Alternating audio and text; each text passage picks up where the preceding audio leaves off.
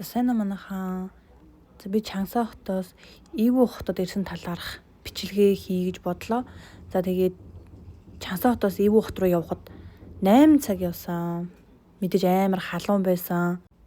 Гадаа 40 градус хүртэл халуун байсан.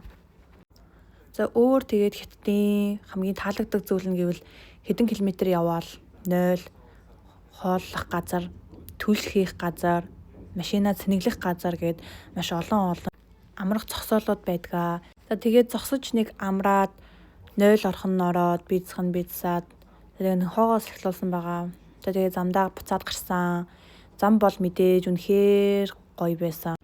Ийм сайхан зам дээр чи одоо яаж ч машин барьсан одоо яаж ядрах вдээ, маш их ядраагүй, их гоё явсан. За тэгээд дараагийн нэг зогсоол дээр зогсож амарцгаасан. Бас машины мотор их халж исэн болохоор машина бас зогсоогоод амраасан. Энэ хар халуунд энэ нэг юмтыг бас малж авах гэж бас л чанга байсан шүү нэрэ. За тэгээд буцаад эргээд бүгдээрээ замдаа гарсан байгаа. Энэ нэг өснөөс амтан маань халууцсан бололтой. Тэгээд Чангсаа хотоосоо нүгээд Ивүү хот руу очсон болохоор маш их бараатай байсан. Тэгэд бараагаа ачих гэж бас нэлээд болсон. Машин маань жоохон замраагүй харагдчих магадгүй. Энэ нэг муухай амттай юм ин одоо тэгээд эцсээр агаад донтчих юм уу? Ихэндээ бүр идэж чаддгүй л байлаа. Хятадууд ер нь тэгэл архиусныхаа дараа эсвэл архиууж авах үедээ ер нь байнгын энийгэж ажиллаад идэл явж идэг. Тэгээд ер нь айгуу донтуулагчтай. Тийм болохоор Хятадаас өөр улсад ер нь энийг зарахыг хоригдсон байлээ. Тэгээд ер нь ихэндээ нэг идчихэл юм бол тэгэл ер нь цаашаа донтчдаг. Айгуу хэцүү. Тэгээд муухай амттай ч гэсэн айгуу юм донтуулдаг юм сонир богшиг зүйл байдаг. За тэр ч яг за тэгэл зам бүр ярилтгүй бүр айгүй гоё. Хятад яаж ингэж замыг бүр амар тултал гоё хийдэг юм бол те. За тэгээд хоёр дахь зогсоол дээрээ зогсоод сайхан би засч авсан. Тэгээд нэг жоохон хоол идэх юм уу гэж бодоод хоолны газар хайсан. Тэгээд энэ Хятадын зам дагуу хоолны газрууд нь ер нь айгүй жоохон үнэтэй байдаг. Тэгээд айгүй тийм олон гоё сонголттой хоолнууд байдгүй. Тэгээд хүмүүс айгүй их байдаг. Ялангуяа ийм том тэрэгний жолооч нар машинаа зогсоогоод айгүй их халуунд машинаа амраадаг. Манайхаас тэгсэн машинаа зогсоогоод нэлийн машинаа 30-40 минут амраасан. Тэгээ хоол идэх гэж яваад ийм газар олсон. Хүний 30 яана. Буфет хоол гэх юм уу тэгээд ээлж төрлөөсөө сонгоод идэж болдог. Тэгээ ийм хоол байсан. Ер нь жоохон үнэтэй юм бэлээ. Нэг олон төрлийн сонголт байгаагүй гэхдээ үнэтэй. За тэгээд хажуудлынхан дэлгүүр ороод сонирхож үзсэн. Айгу олон төрлийн зарж исэн. Кофе, тоглоом ер нь янз янзын юм төрлийн юмуд зардаг. Жимс бас байлаа. Тэгээ би жимс хайгаад нэг жимс идэх юм уу гэж бодоод тэгээ жимс авсан. Ийм хоёр төрлийн жимс авахд 30 болж илээ. Тэгээ ер нь зам дагуух юм дэлгүүр хоолны газрууд айгүй үнэтэй юм аа. Хэрвээ тэгээгүй хоттой байсан бол хот төвдөө байсан бол хямдхан байдаг байхгүй ийм жимсүүдийг худалдаж авахд. За тэгээд идэж аваад буцаа замдаа гарсан байгаа. Нэрээ тэгээд ер нь энэ Хятад ийм хурдны замаар ер нь бид нэр явж ирсэн. Хятад ийм хурдны зам гэж байгаа бас ийм хурдны бис зам гэж байгаа. Хоёулаа мөнгө төлдөг.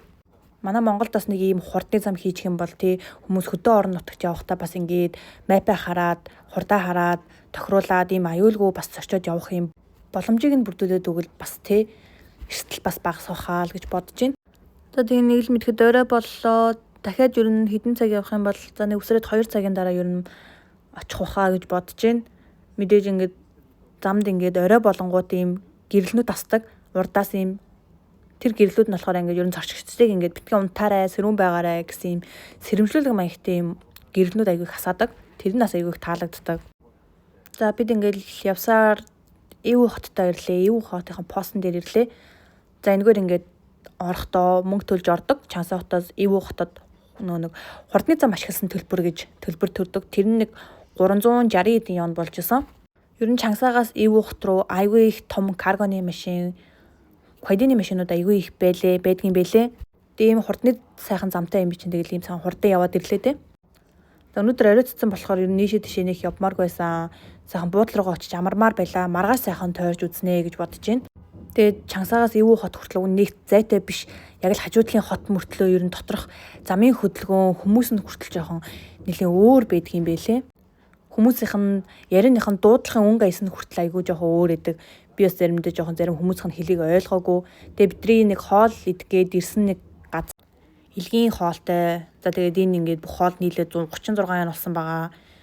Тэгээ жоохон хоол нь үнэтэй байсан. За тэгээд бид нар буудлын руугаа явъя гэж бодоод нэг газар олоод ирсэн чи айгүй их иранууд бас ийм хараа ёстой хүмүүс айгүй их байлсан. Тэгэхээр нь буцаад айгаад болоод өөр газар руу явахаар шийдсэн байгаа.